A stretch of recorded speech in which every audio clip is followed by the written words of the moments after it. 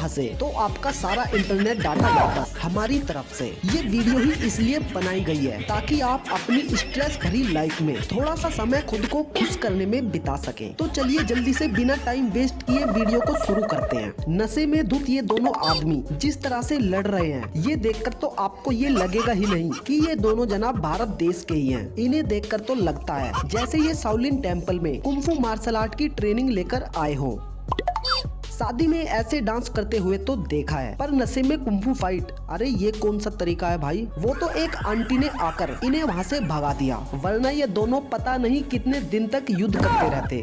दोस्तों नशे में लोग पड़ी हुई लकड़ी ना लें, ऐसा तो हो ही नहीं सकता। उड़ता तीर लेने की तो नशेड़ियों की पुरानी आदत होती है। इंसान हो या जानवर, ये नशेड़ी लोग किसी की भी लड़ाई में घुस जाते हैं। अब इस वीडियो को ही देख लो। सड़क पर दो सांड एक दूसरे से भिड़ रहे थे, तभी एंट्री हुई हमारे नए सुपर हीरो की। ये आदमी दोनों सांडों को लड़ने से रोकने लगा,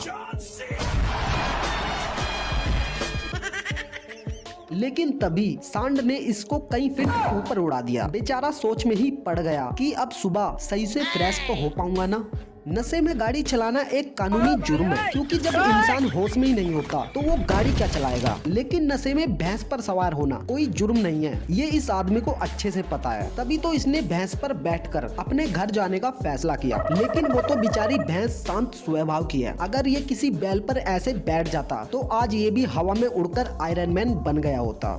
दोस्तों अगर हमारे भारत के बेवड़ों की बात करें तो उनके सामने विदेशी बेवड़े भी पानी भरते नजर आते हैं। होली का त्योहार हो और दो पैग ना हो, ऐसा तो हो ही नहीं सकता। लेकिन फ्री के पैग मारने के बाद क्या होता है ये आप खुद ही देख लो। कहते हैं मैं शराब बेटे, ओ बेटा मौज कर दे।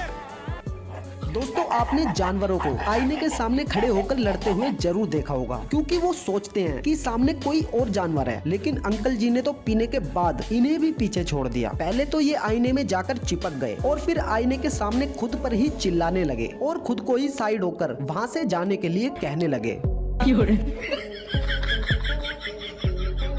लेकिन उन्हें नहीं पता कि अगर वो सुबह तक भी ऐसे करते रहे तब भी कुछ नहीं होने वाला। लेकिन अंकल जी तो बस यही सोच रहे हैं कि ये इंसान यहाँ से क्यों नहीं जा रहा।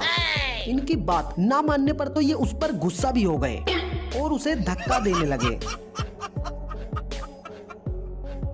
दोस्तों ये आदमी भी इस टैलेंट में पूरा माहिर है, जो एक चौराहे पर बने पुतलों से ही बातें कर रहा होता है और उन पर चिल्लाता भी है। और इस आदमी को देखकर साफ पता लग रहा है कि वो कितने गुस्से में है। लगता है भाई साहब बीवी का गुस्सा इन बेचारे पुतलों पर निकाल रहे हैं। लेकिन उनकी बात ना सुनने पर तो इन्होंने पुतले के कान के नीचे एक चमाटा भी रख दिया।